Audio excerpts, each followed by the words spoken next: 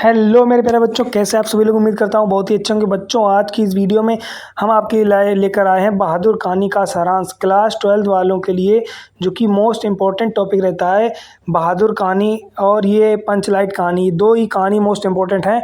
आज की इस वीडियो में बहादुर कहानी का सारांश लेके आए हैं, जिसको आपको एकदम सरल शब्दों में तैयार कराने वाले हैं। बच्चों, आपका यहाँ से पूरा 5 नंबर आपको आज कंप्लीट कराने वाले हैं, जो कक्षा 12 वालों के लिए हर बार एग्जाम में पूछा जाता है।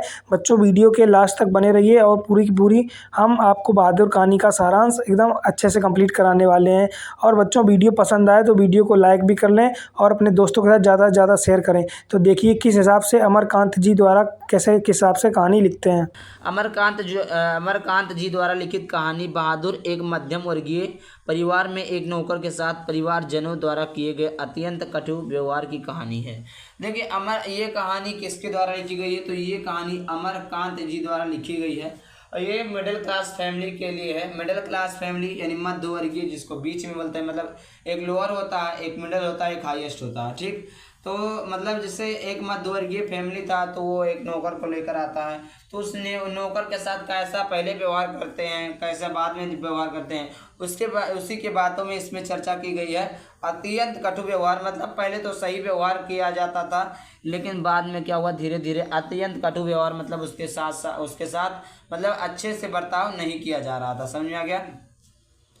इसी के ऊपर एक कहानी है। कहानी किसके द्वारा लिखी गई है? कहानी अमरकांत जी द्वारा लिखी गई है, जिसमें लेखक ने स्वयं को कहानी का पात्र बनाते हुए कहानी की आत्मकथात्मक रूप में रचना की है। देखिए, जो है लेखक है स्वयं को कहानी का पात्र, मतलब उसमें जो रहते नहीं कहानी की मुखिया, कहानी की मेन, तो उसमें कहानी का पात्र स्वयं को माना है। किसको माना है? कहानी का पात्र स्वयं बनाते हुए कहानी की आत्मकथात्मक रूप में रचना की है। अपने से संपन्न रिश्तेदारों के घर नौकर द्वारा जुटाई सुविधा और शान को देखकर लेखक की पत्नी निर्मला स्वयं भी एक नौकर रखना चाहती थी। देखिए, सबसे पहली बात आप समझ लीजिएगा, लेखक की पत्नी का नाम कभी एमसीक्यू में भी पूछ सकता है ना, कि लेखक की पत्नी का क्या नाम था। तो लेखक की पत्नी का नाम क्या था? निर्मला था। बहादुर के पत्नी का नाम क्या था? निर्मला था। और इसमें देखिए, अभी आप पहले आपने क्या पढ़ा कि एक मध्यवर्गीय फैमिली थी। मध्यवर्गीय फैमिली मिडिल क्लास के लोग हैं, जो कि अत्यंत गरीब नहीं, मतलब मिडिल क्लास के लोग हैं। तो क्या है ना, एक नौकर को रखना चाहते हैं, उसके साथ पहले अच्छा व्यवहार करते हैं, बाद में कटु व्यवहार करने लगते हैं। जिसमें लेखक को स्वयं को पात्र बनाते वो कहता है कि हमारे रिश्तेदार, उसकी पत्नी कहती है कि मेरे रिश्तेदारों में भी नौकर लगे हैं, तो मैं भी एक नौकर लाना चाहता हूँ। देखिए, घर के नौकर द्वारा जुटाई सुविधा और शान को देखकर लेखक की पत्नी निर्मला स्वयं भी एक नौकर रखना चाहती है। बहादुर नेपाल का 12 से 13 साल का छोटा लड़का। देखिए, बहादुर गलत मैंने बोल दिया, बहादुर लड़के का नाम नहीं था, लेखक की पत्नी बहादुर एक लड़के का नाम था। सॉरी, आप लोग देख लीजिएगा। बहादुर नेपाल का 12 से 13 साल का छोटा लड़का था। बहादुर कहाँ का था? तो बहादुर नेपाल का था। कितने साल का था? 12 से 13 साल का था। इस प्रकार भी आपको पूछ सकता है कि बहादुर कितने साल का था? 12 से 13 साल का था, जो कि नाबालिग था। भाई 18 साल से ही लोग बालिग होते हैं, तो 12 से 13 साल का होगा तो नाबालिग नहीं होगा। और वह अपनी माँ के गलत व्यवहार से तंग आकर घर छोड़कर शहर चला जाता है। मतलब देखिए, जो वो लड़का था वो मतलब 12 से 13 साल का था, वो घर छोड़ दिया। क्यों छोड़ दिया? क्योंकि अपने माँ से, अपने घर वालों से तंग आ गया था कि तू जा रे पैसा कमा, जा रे पैसा कमा। बस वो गुस्से में भाग गया वहाँ से और भाग गया मुंबई।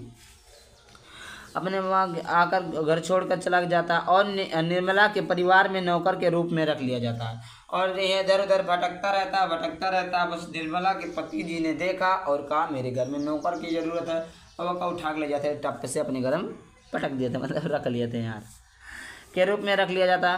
निर्मला और उसका परिवार बहादुर के प्रति पहले तो अच्छा सा व्यवहार करते हैं, परंतु बाद में धीरे धीरे उसके साथ कठोरता बरतने लगती है। क्या अभी मैंने वही चीज़ पहले बता दिया कि मतलब बहादुर के साथ तो पहले तो जब ले गए तो पहले अच्छा व्यवहार कर रहे थे। क्या कर रहे थे? पहले अच्छा व्यवहार कर रहे थे। जैसे जैसे दिन ढलता गया, जैसे जैसे दिन बीतता गया, वो कठोरता बरताने लगे, मतलब उससे घृणा करने लगे, मतलब उसको सताने लगे और उससे घर का सारा काम करवाते थे। भाई नौकर है तो ऐसा थोड़े ना कि घर का सारा काम करवाएंगे। अरे जो नौकर के लायक रहता है वही करवाना चाहिए ना, सारे काम को नहीं करवाना चाहिए। कपड़ा पहना वही करो, ये क्यों गलत है? तो वही चीज़ है, कठोरता बरताने लगे और उससे घर का सारा काम करवाना। इसके साथ ही उसे, और उससे बड़ी बात क्या थी कि इसके साथ उसे गाली गलौज तथा उसे मारपीट करते थे।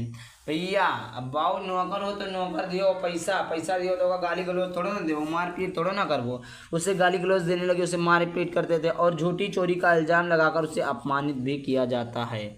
समझ में आ क्या?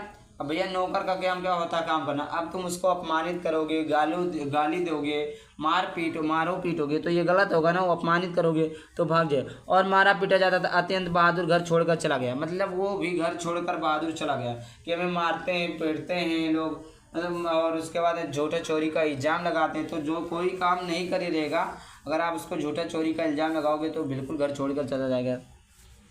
अंततः बहादुर घर छोड़कर चला जाता। अब परिवार के सभी सदस्य उसे ढूंढते हैं क्योंकि उसके बिना कोई काम नहीं होता था। देखिए जब लोग क्या होते हैं ना, बिना काम के आदी हो जाते हैं।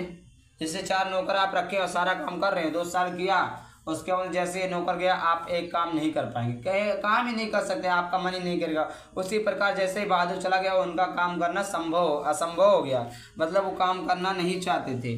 फिर उसको क्या हुआ, बहादुर को ढूंढने लगे क्योंकि घर के सभी लोग आराम के आदी हो चुके हैं। बहादुर की उपयोगिता देखकर सभी अपना घरेलू कार्य करने से घबराते हैं। बहादुर के घर छोड़ जाने पर वह सभी पश्चाताप करते हैं और अच्छा व्यवहार करने को सोचते हैं। भैया जब घर छोड़ दी तब ये सबका का हो गया, कमवा करे पड़ी तब दिक्कत या वही कमवा करे पड़ी तब दिक्कत या, मतलब का जब बहादुर घर छोड़कर चला गया, काम करने वाला कोई नहीं है, वो लोग कर नहीं सकते हैं, तो क्या होगा, वो लोग आराम के आदी हो चुके हैं। किसके आदी हो चुके हैं? आराम के आदी हो चुके हैं और वो पश्चाताप कर रहे हैं कि अब की उसको बाहर बुला कर लाएंगे तो हम लोग उसके साथ अच्छा बर्ताव करेंगे। लेकिन क्या कहा गया, परंतु व्यवहार करने को, परंतु एक कविता कही गई है कि अब पछताए होत क्या जब चिड़िया चुग गई खेत। अर्थात अब पछताने का कोई लाभ नहीं क्योंकि बहादुर जा चुका था। अतः बहादुर में सहनशीलता और स्वाभिमान की भावना कूट कूट कर भरी थी और उसके इसी चरित्र के कारण यह कहानी बहुत प्रिय है। तो ये क्या था? तो बच्चों यही थी हमारी कहानी। यही कहानी का सारांश। बच्चों वीडियो पसंद आई तो वीडियो को लाइक कर लें और चैनल पर नए हैं तो चैनल को सब्सक्राइब करके बेल आइकन को ऑल पर सेट कर लें। मिलते हैं अगली वीडियो में किसी नए टॉपिक के साथ, तब तक के लिए नमस्कार।